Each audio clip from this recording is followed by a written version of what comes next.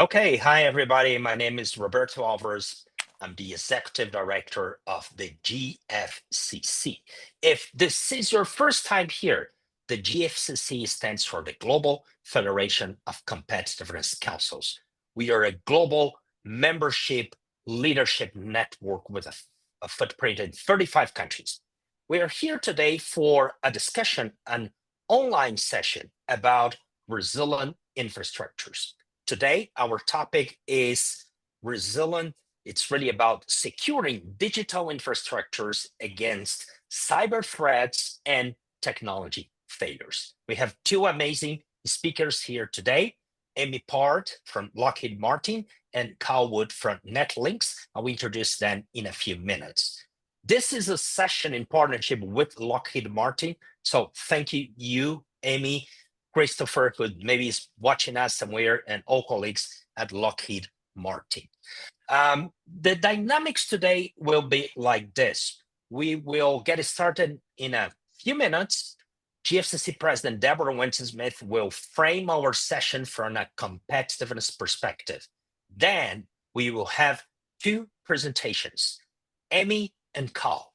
After that, we'll have time for a quick conversation and also to pull questions from the audience. If you want to ask a question, please use the Q&A feature on Zoom. That said, let's get started. Deborah, I want to turn to you. Thank you, Roberto, and let me welcome everyone from around the world who's joining us this afternoon here in Washington, in the evening in Europe and other parts of the world, and in the morning in Australia.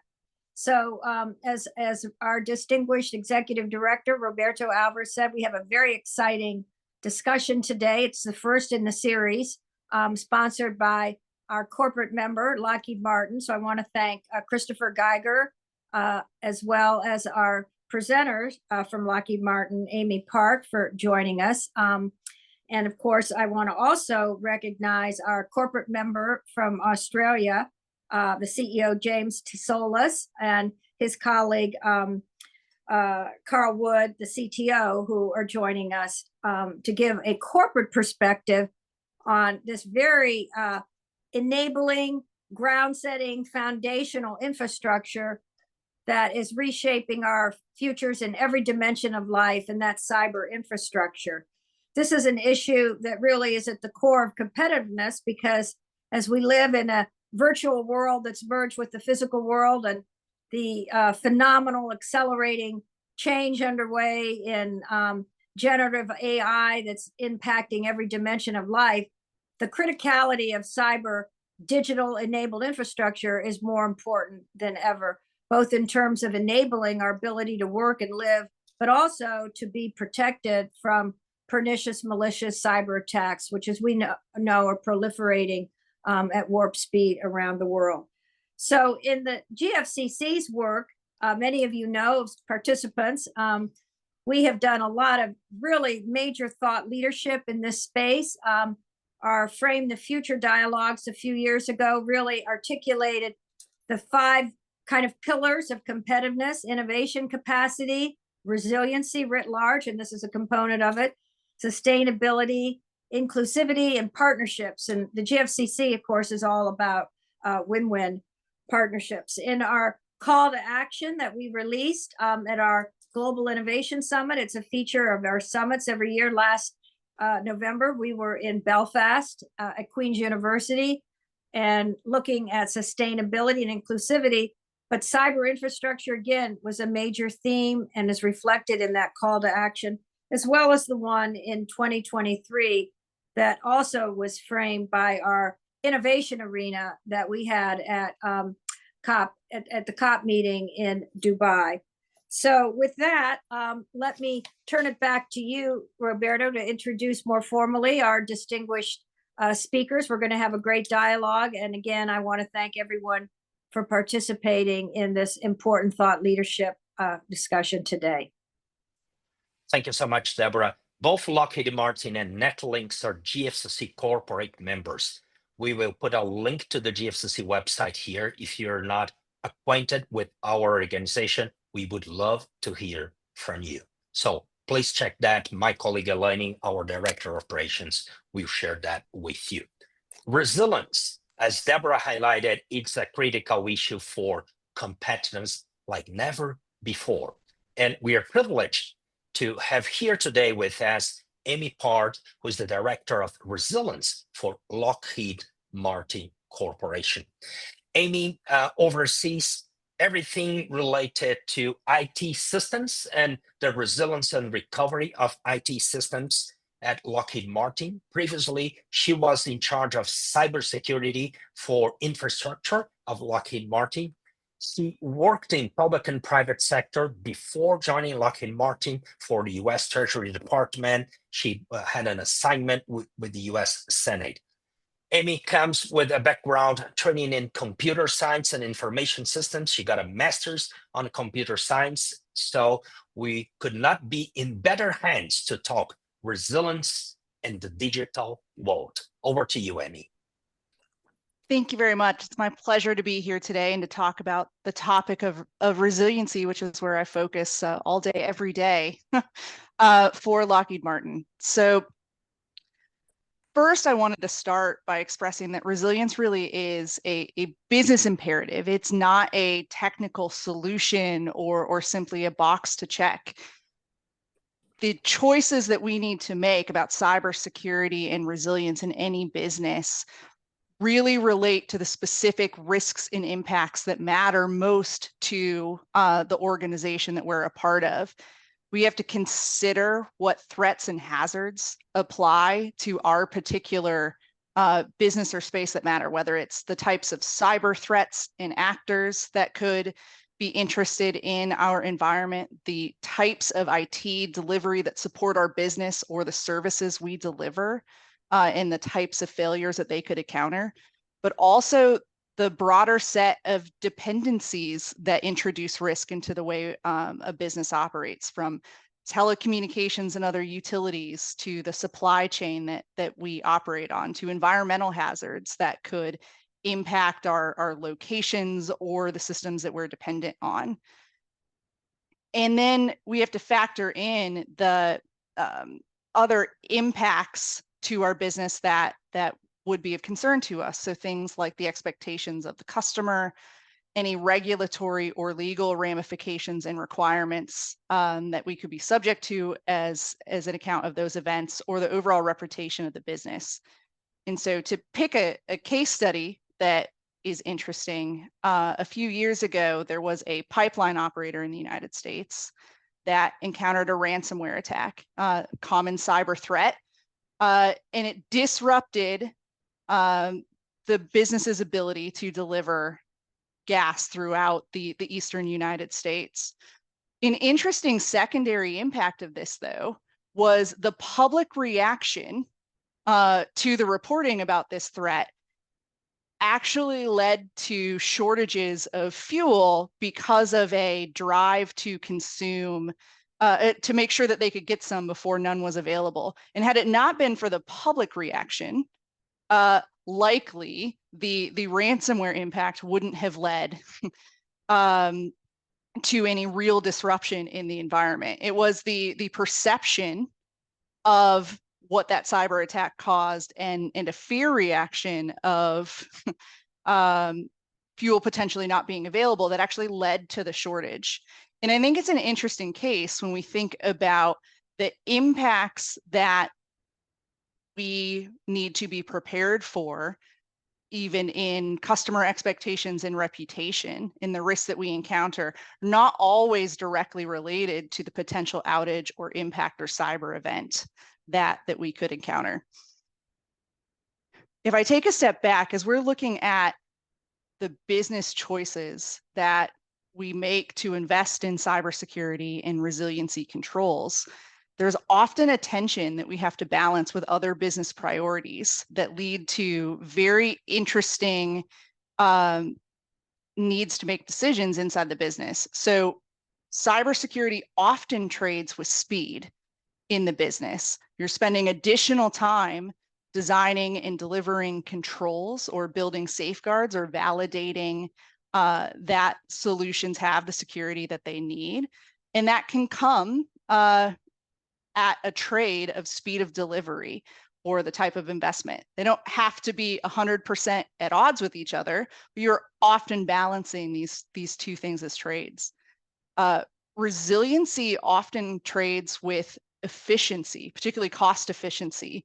When we think about designing for having excess capacity or additional alternative approaches or the ability to scale, you are investing in the reduction of risk when we introduce cyber controls or other forms of technological resiliency to avoid potential damage events. And so it is the business imperatives that really drive which choices end up making sense in any particular context.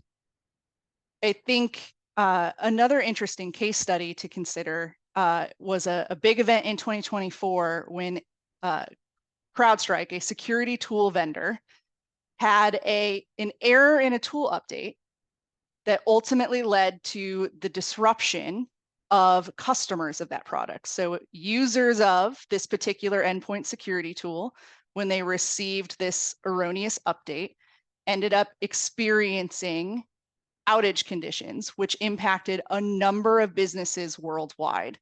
So a simple error led to thousands of businesses needing to perform recovery, and the outage of different services, things like airlines, numerous sectors ended up being impacted. And I think this is an interesting example to think about from two perspectives.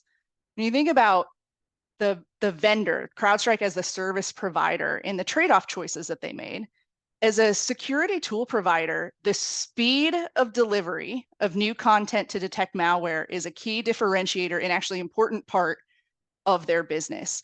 Getting the new ability to detect the latest cyber threats out and deployed to their customer base as fast as possible was a selling point. That was a market differentiator for the tool.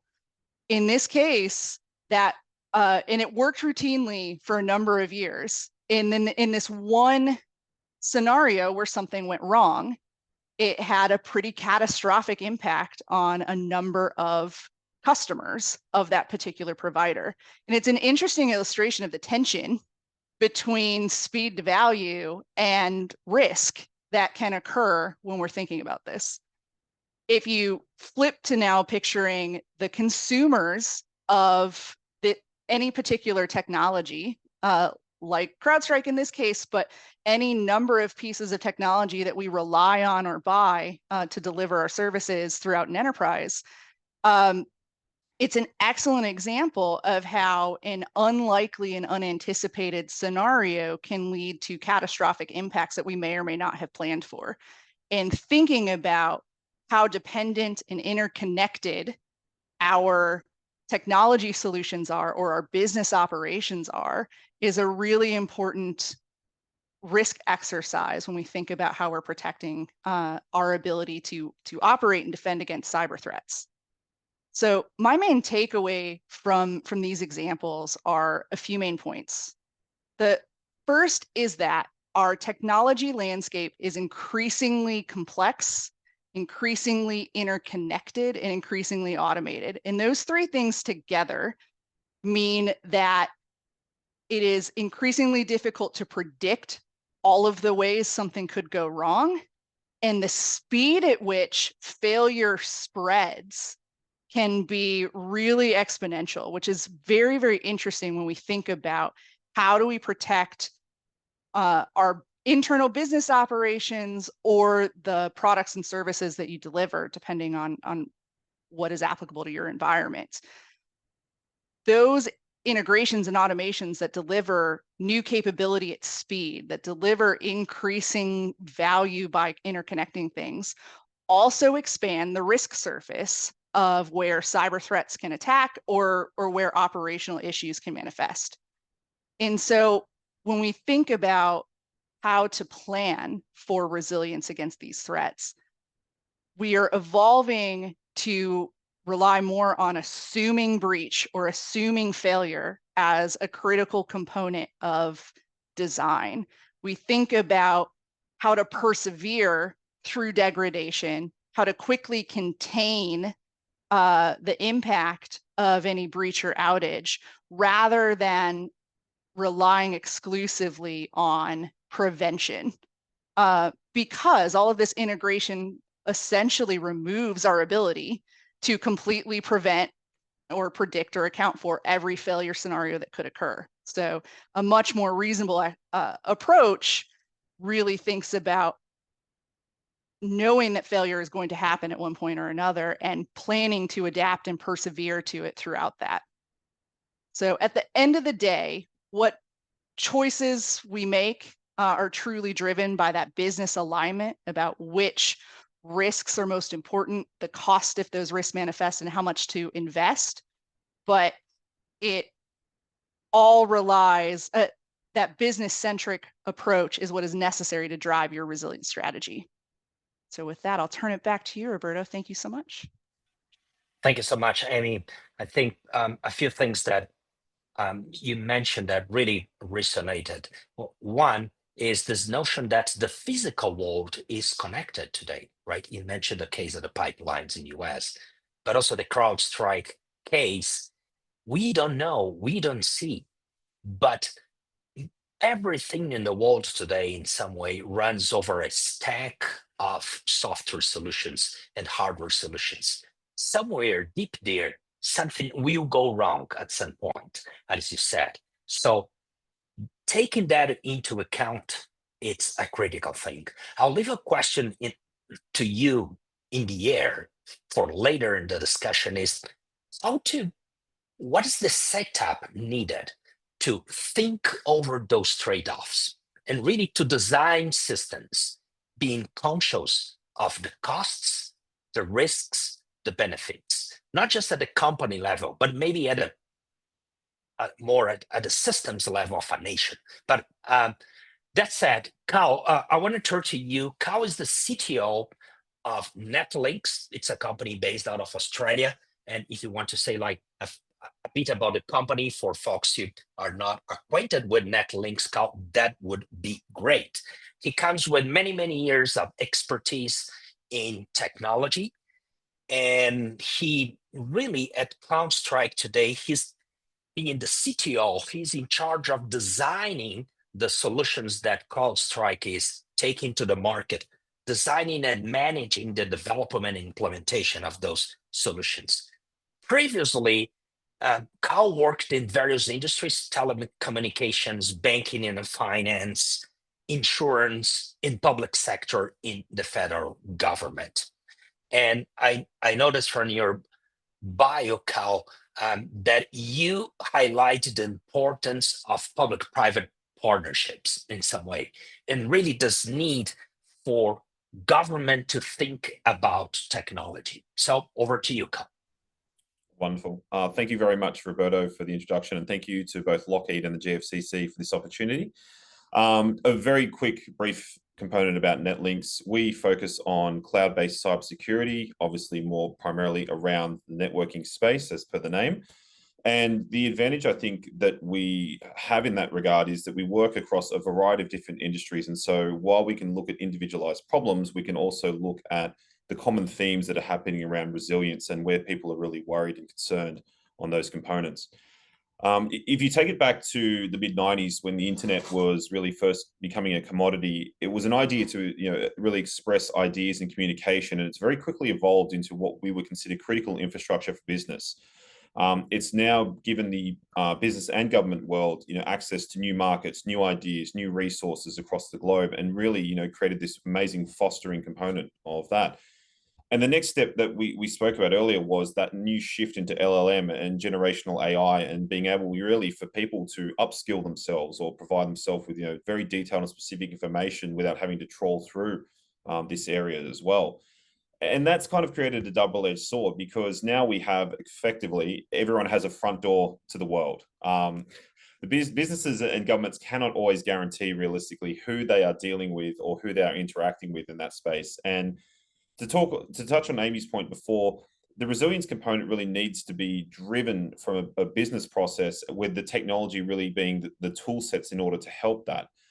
And security standards realistically are changing day by day. We have, new compromises, there's new malware, we have new security standards, new encryption, it goes on and on. And it's very difficult to expect that every organization, every business, every government department can keep up with those standards or has the resources and costs in order to bring someone in-house as an expert to be able to drive that within the organization. So there is now a heavy reliance on the third party and the specialized vendors to really be able to provide those services in order to do that as well. And the incursion costs are really devastating to business productivity and continuity as well. We saw a lot of this during the 2020-21 period during COVID, where there was a mad scramble to get everyone, digitized online, bring those enablers online. We now need to become a digital business. And what we saw was a lot of legacy infrastructure was kind of parked for the moment while we built, new applications, new front of house for everyone. And that's created quite a large gap that is not something that is just unique to the private or government sector. This is a global problem, and I will share one slide to talk about this shortly on those metrics that have been driven. But effectively, what we have now is a lot of legacy infrastructure that was never designed to be shared online that is now basically being exposed to the front world. And for a lot of organizations, they've tried to counter this by creating effectively a blunt force approach. Okay, we're going to lock everything down. We're going to have, multiple password changes, rotations. We're going to have two-factor authentication. We're going to introduce all these new platforms, and then their productivity has kind of come to a grinding halt for one of two reasons. One, it's a huge change management problem for a lot of businesses who aren't used to operating that way in regards to security posture. Or the second way is people simply just get frustrated, and you can create whatever process you want, but people will always find a way around that, and they simply won't follow that either. So we have this interesting dichotomy between the two, where we have either hard lockdown or people just going and bringing their own devices in as well. So one complex problem around that is the organization now needs to deal with the fact of bring your own device. If people are working from home, their home gateway or their home internet connection now becomes effectively an entry point into their own secure environment. And that's one thing that we obviously deal a lot with the netlinks, but it is something that is a challenge for everyone globally. The second component to that as well is the ability to reach out and use specialized resourcing globally means that you effectively lose sight of that security control and resilience of your back office. If I now take my back office finance processes and I work with an offshore provider in the Philippines, Vietnam, Thailand, I lose oversight effectively of my posture and my data as soon as it goes there. And so there really becomes a responsibility for that parent company or organization to make sure that those security standards and resilience is applied across their providers. And I think one of the things we're starting to see now is a lot of organizations are now driving to effectively push those security standards onto their suppliers, onto their providers. Amy touched earlier about supply chain. That is an area that's really become a huge amount of focus, whether that's through products, goods, services. That supply chain has now changed to where a lot of people running an RFQ will not consider a supplier if they don't have specific security controls and measures in place, because they now understand how damaging it can be as soon as their data leaves the organization and is in trust and hands of someone else. Effectively, you lose control, you lose sight, and then it's not simply good enough to say, well, that's a supplier problem. It effectively, it impacts your customers, it impacts your reputation and your business as well. The interesting part that's now changed in that psyche has been that a Gartner survey recently said that 84% of respondents will treat data security and sovereignty as the highest priority now moving forward when dealing with any organization. So that's a really big shift. It wasn't something that was front of house anymore, but now data security is obviously a really big component that needs to be spoken about as well. The other thing to talk about is the digital enablement process really was designed to sort of achieve the two goals. And when we talk about that, it's to remove the communications barrier between yourself and the customer, client, civilian. And it's also to collect the information directly rather than routing through that third party. But again, the challenges that we're seeing in the resilience aspect are, well, how can we verify who we are interacting with is who they say they are? And how can we be certain that the information they're providing is, truthful and accurate to what's required? And this is where really I think the interesting part comes, where we're looking at more interaction and really the integration between the private and public sector of identity verification becoming much more of a front of mind thought when we come to intimate communications or communications dealing in the digital world. So one big problem that we've seen recently, and one thing that was actually really put forward by the finance industry previously with PCI compliance with credit cards was, if I needed to verify payment details as a provider, I would use a PCI compliance platform. I would verify the card details. They would return effectively what we would call a hash token back to me that I can store with my customer information at the time. And which was a great idea because it means I'm not inheriting the risk of, if my database gets hacked, that effectively my credit card details are out in the wild. Unfortunately, the digital identity has not really progressed down that stage. And what we have seen recently has been with big, let's say, social security holding organizations, public health sector, and telecommunications. The biggest hacks and breaches that we've seen have been for two reasons. One, they've been storing information that realistically they probably shouldn't have, but their design practices haven't really been uplifted in the digital world. And the second thing was, these legacy systems were exposed to the outside world. So we have, as you mentioned before, Roberto, with a tiered stack of software that makes up a lot of these processes. What should realistically happen is your system of interaction is publicly available, but your system of record should never really be above, the line at all. It should never be visible. And every single one of these major hacks that's happened in the last 3 years has been a system of record that's been exposed via an API or out to the outside world that someone simply found and gone, fantastic, I'll take some of that as well. This is not a unique problem, but unfortunately, it's something where in the rush to digitize and the rush to really, be the most productive, be the most competitive and move forward, it's something that has been really pushed to the back of mind, unfortunately. So it is something that is going to continue to be a challenge. But again, as Amy mentioned before, it is about really bringing that security forethought to the front of mind for new initiatives and new projects. There was an old sort of rule that we used to live by back in the quality assurance days, which was $1 spent upfront during the development phase to find and identify issues saves you 100 down the line. And I think for security, this is really the way that needs to be, looked at as well, in that it is not a burden of cost. However, the right investment with the right, processes in place and the right strategy to do so will actually end up being, a huge risk preventative down the line. And I think that figure of 1 to 100 is probably more to 1 to 500, realistically, when we talk about security and breaches as well in that aspect too. I think the other one thing that we'll probably talk about shortly as well is, as we mentioned, the policy aspects of, there are a lot of punitive measures around, preventing exposing customer data and being really, willfully ignorant.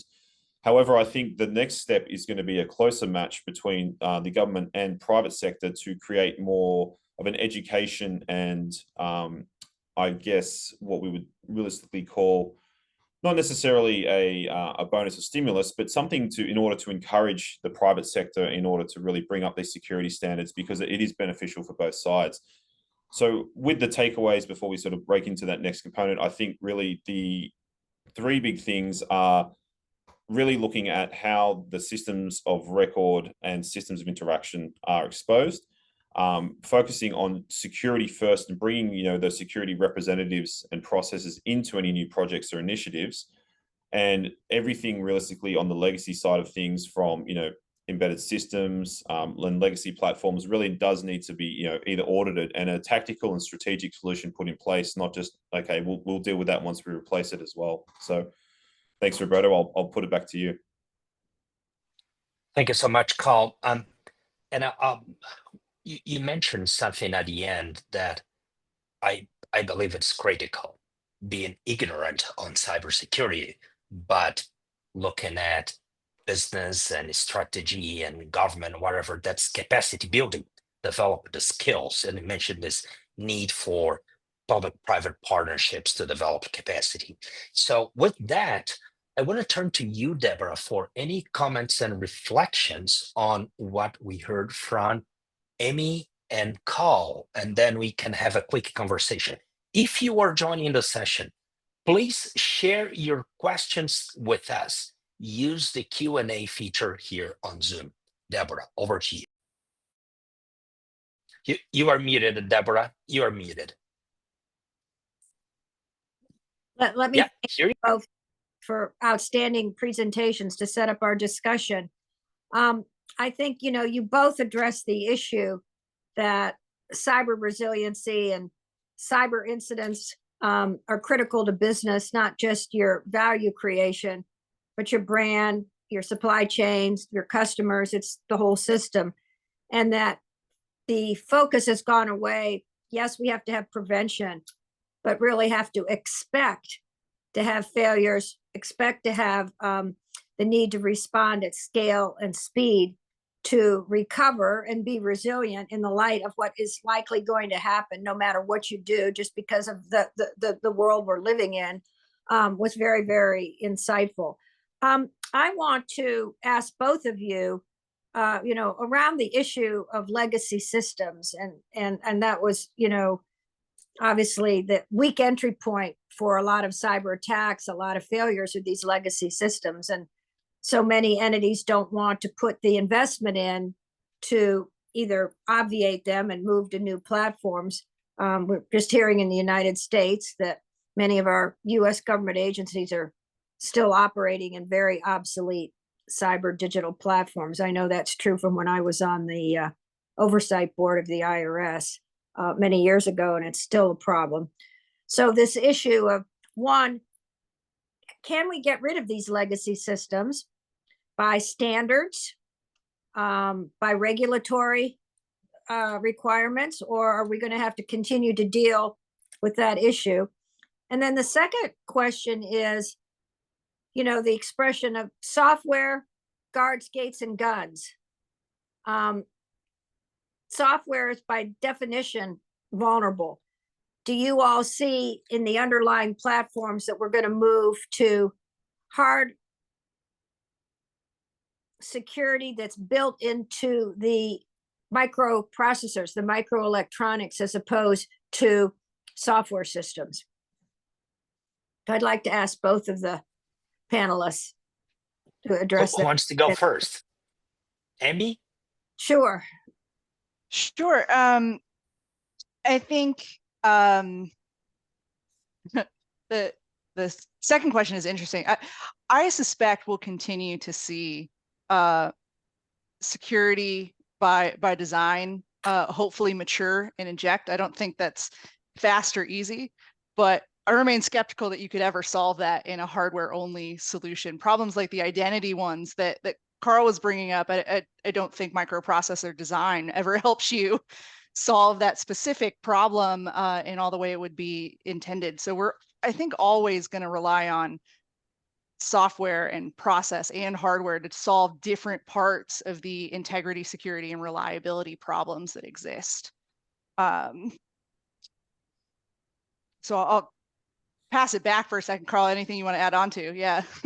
I think there's two things on that, Amy and Deborah. And one is, obviously, America's not the only country that's sort of grappling with these legacy government platforms. The Australian federal government has, systems dating back 30, 40 years that have been there and have kind of become monoliths in the fact where they're looking at it, they're saying, well, this is a huge undertaking. Do we really want to do this or start from scratch? And it's an interesting one because there are pros and cons to both approach. And I think it really needs to take a measured aspect of, well, what do we want to build that's going to support where we want to offer a service or where we want that data to be in the next 20 years? And I think that the forethought really needs to be, okay, it's not just a replacement of business as usual, but what do we want to use this data for to provide better services or better outcomes for our civilians, military, for customers, for businesses, or anything else on that spec too. The hardware-based and software-based problem is an interesting one. There's been huge strides made in software security, and now it seems as though the quantum question is going to kind of throw things on its head, where traditional encryption methods can be, broken in seconds as opposed to tens of millions of years with traditional processing power. So this is going to pose an interesting one. One very interesting approach I've seen to this recently is via the verified orchestration method, which is that taking a blockchain approach. If I, for example, work in a government department, I verify my credentials, my passport, mortgage, my driver's license, whatever it might be.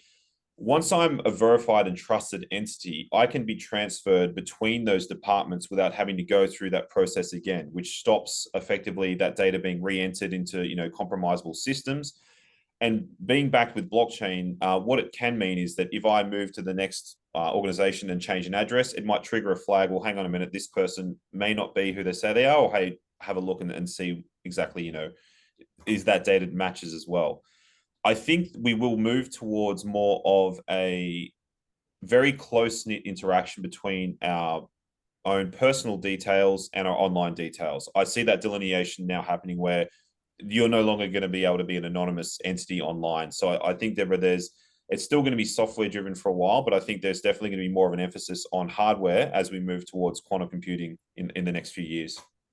And I think I'm frozen. I don't know if you can hear me, but I'm frozen on the Very screen. well. No, it's very all well. good. We Okay, can but see you moving too. So I'm frozen in time on the screen, but in any event, what about for the identification issues, the use of bio markers now? the biometrics is definitely something that's been pushed as a convenience. And again, that data storage has become a bit of a problem and concern.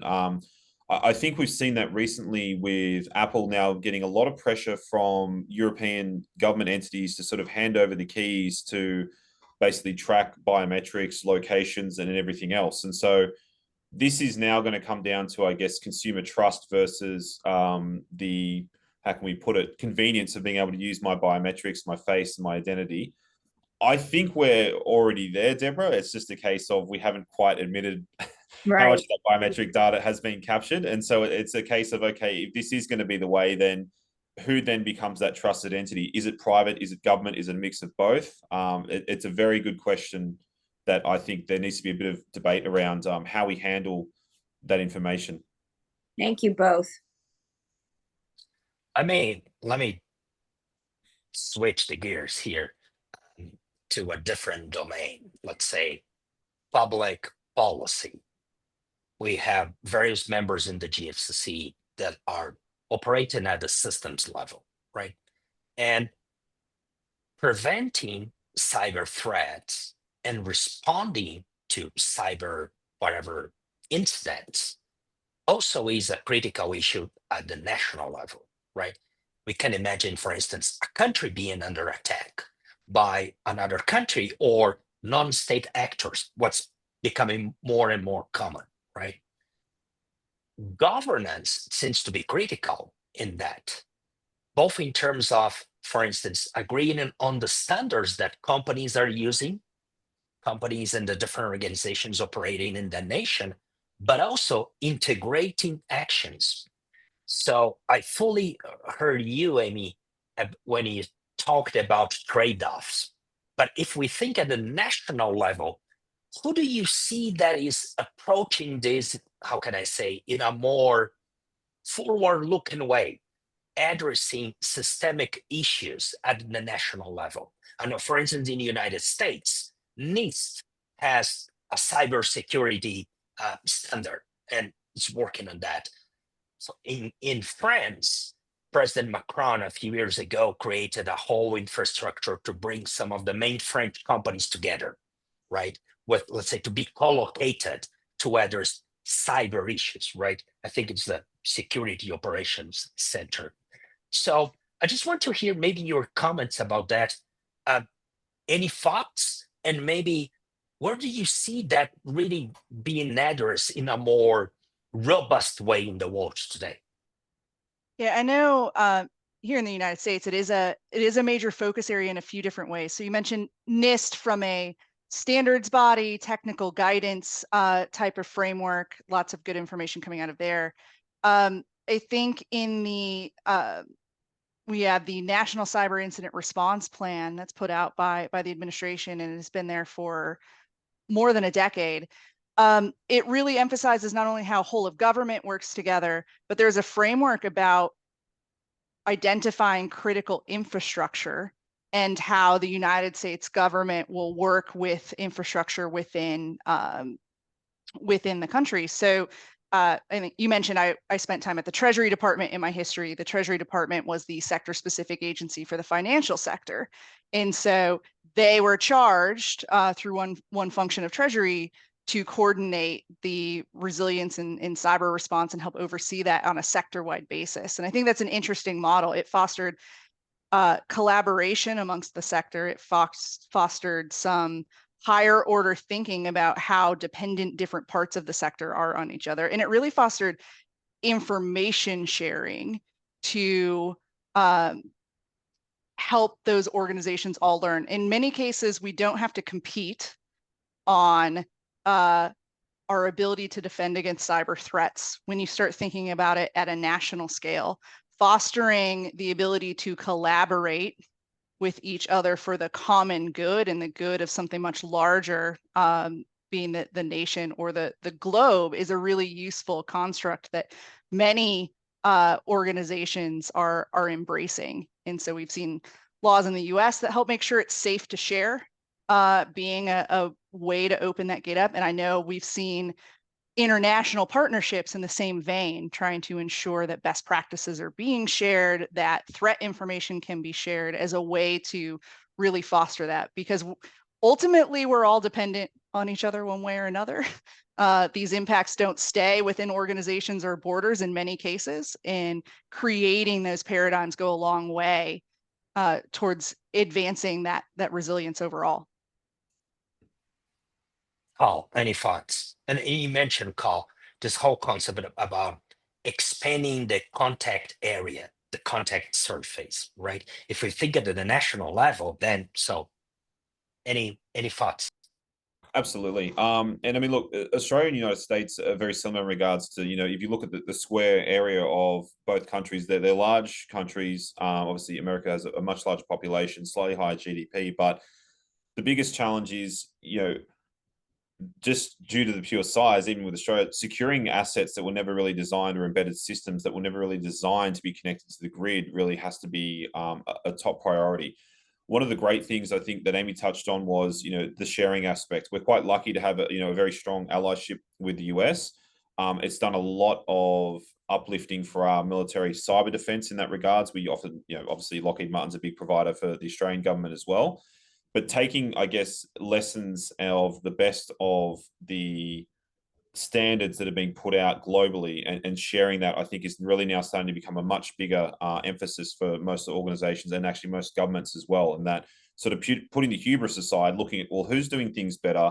How can we copy that model? Does it apply to us? If Singapore is enabling fantastic telecommunications and cyber providing, does something that's going to work on a small square island, can I take that and use it in Australia? Maybe some of it, maybe not. So I think the fostering and sharing of ideas really is going to be critical for most organizations and governments moving forward, to really look at the leaders, the thought leaders, and apply directly what they are doing, but potentially having to modify that to suit as well, and not just saying, oh, well, they're doing it this way, we're going to take that and run.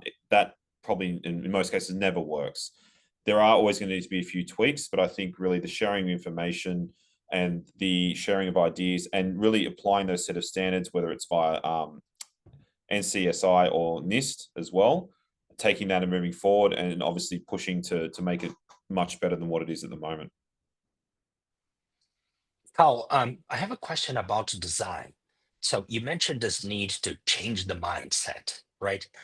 What practical recommendations would you give to business leaders or government leaders to implement that mindset shift? My biggest thing would be, don't expose what you don't need to for a digital enabler. We spoke about it before in regarding system of record and system of capture. The thing to step back is look at things firstly from a business and objective perspective, and go, right, let's put the technology to the side for the moment. What are we trying to achieve? And start very simple. Okay, we need to capture civilians' information. We need to verify that information, and we need to provide them a service. Fantastic. Now, what do we need to basically apply in order to meet those objectives? What data needs to be provided? Who should be interacting? Who internally needs to interact with that data as well? And I think the biggest thing is now that shift towards looking at the components around minimal designation and exposure, and from the internal services area, the zero trust component. Not just assuming that because someone works in your department, they can have access to absolutely everything. It really needs to be a case of need to know and access to those who require it as well. So what we see at NetLinks especially is that zero trust of when we're implementing network cybersecurity, is segmenting things and prioritizing components based on who is in that particular team and what job they need to achieve. And I think it can sort of be put across in a lot of times in a negative way that you're restricting access, but really what you're trying to do is make that position or that group as efficient as possible by giving them fast access to their resources and not, potentially giving them an option or access to something where they may accidentally cause a problem or expose something publicly, which will create an ongoing problem. So I think those are two really core components to start looking at for both the private sector and the government sector moving forward. Cool. Amy, what are your recommendations to build mindset or a culture of resilience? You've done that. So what would you suggest others to do? First, I think we focus a lot on how to inject that mentality into role appropriate ways. So like we touched on supply chain earlier, when a supply chain professional needs to think about risk, they think about the risk of the reliability of a supplier. Can I get things? What's the risk of cost escalation? We want to expand that thinking to how do they think about data? How do they think about our interaction with that supplier that might have security ramifications, and really inject into the concerns that they have in our IT organization, our technology organizations. We really think about rounding out the deep technical expertise they often have in whatever product or solution area they might be working, and really augmenting that with a broader understanding of systems engineering, because so many more things are more integrated. You have to understand your component as part of a larger whole most of the time. And so if you can think about its impacts more broadly, that enables you to think about cybersecurity or operational resiliency or the other ramifications and risks of your decision. And so I think some of those are really big skills. When we get really advanced with starting to look into site reliability engineering or more detailed threat modeling skills in the cybersecurity domain are great skills to augment in teams. So we've got specialists that sit side by side with our technologists to bring that perspective in an integrated way so that it's always embedded and not a check the box at the end. So I think we look at a couple of these different areas to really help build mindsets and ideas. And last but not least, making sure our processes, the governance that we have, the ways in which we oversee and manage our work reinforce the behaviors we're trying to drive.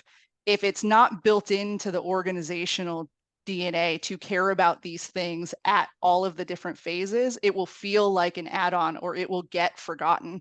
That reinforcement, even if you don't require expertise at every layer, helps keep it front of mind that resilience and security is a priority just as much as functionality or other attributes that you value. I want to jump in on that because you're talking also about cyber hygiene.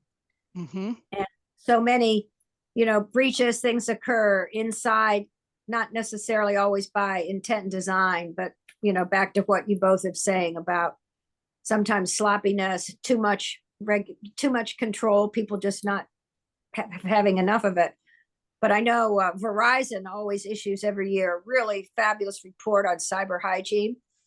And one of the examples they used to really test the system is to put in the, restrooms, the little jump drive that says, 2025 employee compensation.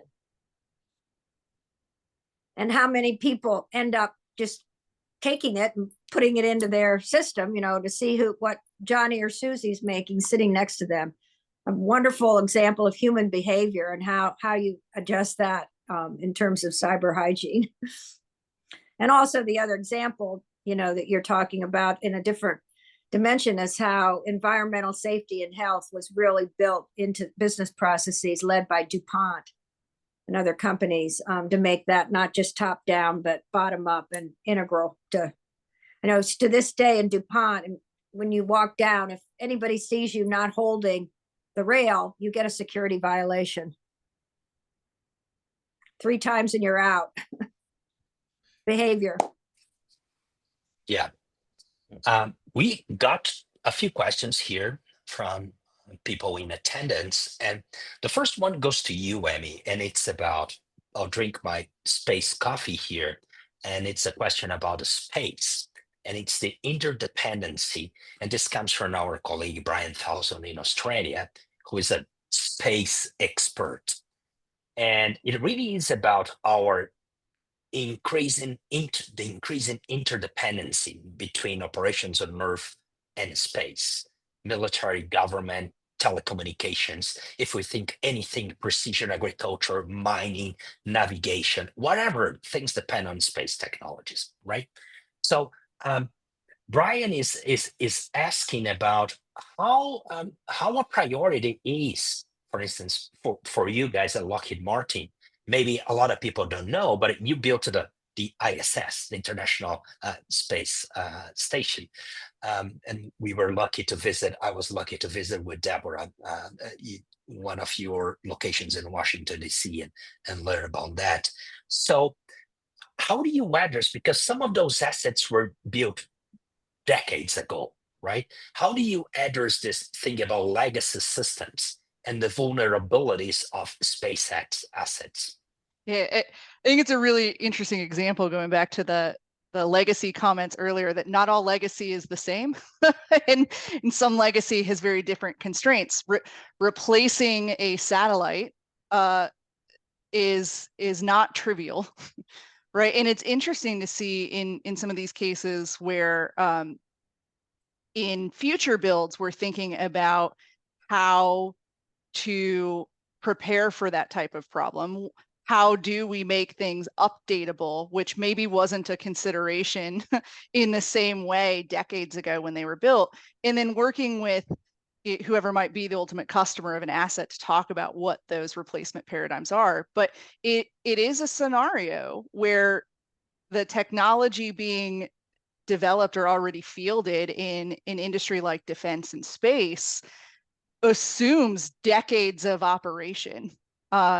Jets and spacecraft and things of those nature don't have the luxury in some cases of having been built to modern standards. And so it actually drives an interesting legacy environment even internally. We have to keep systems that replicate how those operate in the field. We have to keep copies of ground systems that might need to communicate with those that were built decades ago, and really think through that. So it is a priority overall when we are building designs to think about the longevity of those systems. And there's a lot to be learned from the last decades on just how much and how rapidly technology evolved that we couldn't have imagined when some of those were fielded. Yeah, thank you. The other question that we got here, it's more about the present, and I want to suggest to you, Carl, to take that one. It's about AI, right? So with the rise of AI, there are new opportunities to counter risks and to assess risks and respond, but also there are new threats, right? So what's your take on that? How can we mitigate AI driven or enable attacks? And at the same time, how can we better use AI? Absolutely. It's an interesting one and a very hot topic at the moment. And I think the exposure of a lot of the LLMs, your OpenAI, DeepSeek, Gemini, all these components have really got everyone very excited about the concepts. And I think when we turn back to this, OpenAI, and Sam Altman's actually mentioned this, that they've looked at what's been released, and one of their alternatives was, if we created specific models for specific purposes, we probably could have, gone to market a lot quicker, but they've created a general one. But I think what we're going to see a lot forward now of is models built for specific purposes. So in our case, what we're looking at is, using a lot of the platforms and tool sets and building a model that's specific to, say, network intrusion, being able to respond rapidly and identify threats a lot quicker than your traditional SOC or SIEM that would be sitting there as a manned operator, and using processing power instead to basically detect threats quicker and then have an array of different options, then drive down and say, right, this is an intrusion, this is someone we don't know, we're going to take this option, we're going to route traffic down this way, whatever the response might be as well. So I think when it comes to detecting threats, we need to basically look at building core capability models that are specifically countering against threats. And I think it also comes back to collaboration as well. The open source world has always been very good at building something and releasing it to the wild for people to look at. Again, that's a double-edged sword. You have amazing people out there who can contribute, and you've got bad actors that can look at that and go, how can I exploit, that particular model? But I think that really still is the best way to look at that in that perspective, and building specific components around not generalist, but if I'm building a security solution, that model needs to focus on one thing and one thing only, and that is continually detecting threats and providing alternate methods and using expertise from people in the field, cryptographers, whoever else it is, to contribute into that model and make it really a proper project in that regards. In regards to the mitigation, this is a very interesting one, because I think you're almost going to get to a stage of AI countering AI, people using AI in order to detect, core issues within someone's intrusion network. What's the most likely way of doing things? The two aspects are, you've got the person, opportunist, who's potentially using AI to discover how an encryption method might work and what's the best way for me to find a hole in the network. And the other is state-sponsored, where you have people, using huge amounts of processing power to attack critical infrastructure. We've seen that Verizon, AT&T, big telecommunications have noticed a lot of uptick now from foreign parties trying to basically look for holes in their network, and there's a big scramble for that to be countered. So I think really the only way to counter those sort of AI-driven attacks is to really specialize the models in order to counter them, and use AI itself to counter that threat as well. And if I can add, I think there's some really interesting things to think about when you're injecting AI into business processes, in terms of what are the failure modes that could encounter it. The ways that AI and some of the LLMs can hallucinate an answer or invent a solution that is wildly different in certain scenarios. Some of these edge cases about how it can go wrong are very, very difficult to anticipate or predict. And so it's really interesting when you're thinking about relying on these things. There's an enormous opportunity to advance things and accelerate development, change, and capability. But there's some interesting cases to protect against, about how do you know when something's going to go wrong, and how do you prepare for those scenarios? Because some of these failures that can occur are not the types of scenarios that humans might anticipate or project in the way we think about it. So very interesting trade-offs when you think about the speed of adoption and experimentation, and the potential risk exposure of what that can do.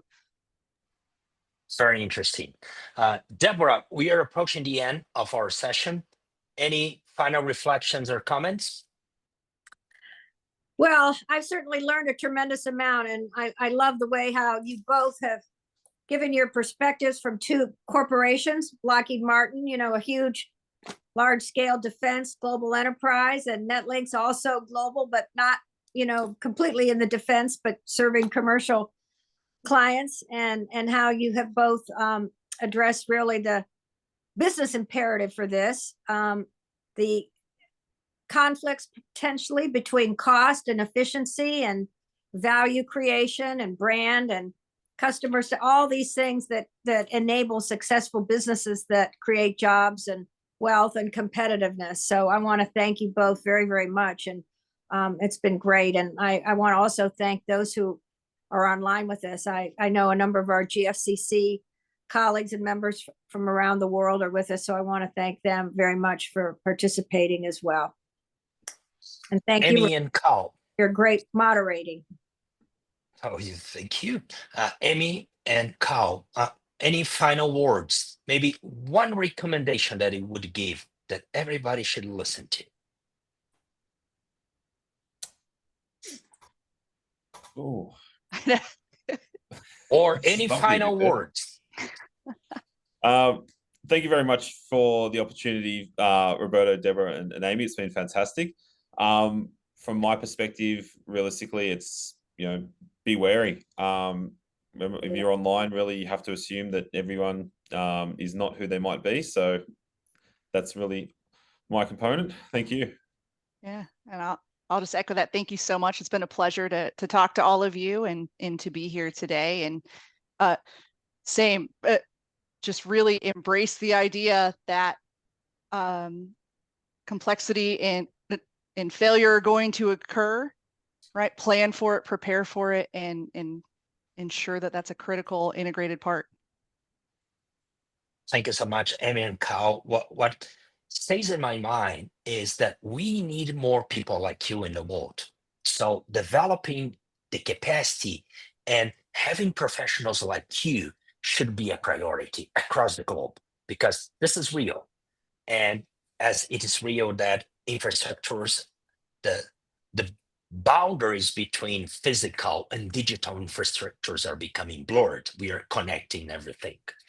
Having said that, in a few days, on March the 6th, we will host a second session in partnership with Lockheed Martin. And that will be about physical infrastructures, the resilience of physical infrastructures, what we can think about from different perspectives. One of them, for instance, is about the changes in climate and weather, and how to design infrastructures that can continue to operate under harsh conditions. It was a pleasure to have you all here. And Kyle and Amy, we have a GFCC tradition here. We always take a group picture at the end of our session. So please, we can look at the camera, and yeah, thank you so much. It was a pleasure. Stay tuned. Deborah, thank you so much for making the time, being here, leading us on this. Thank you And all. Eleni, our colleague, Eleni, who's our Director of Operations in the GFCC, thanks for putting this together. Hector Valdez with Lockheed Martin for really creating the opportunity and working with us to make this happen. See you all. Bye. Bye.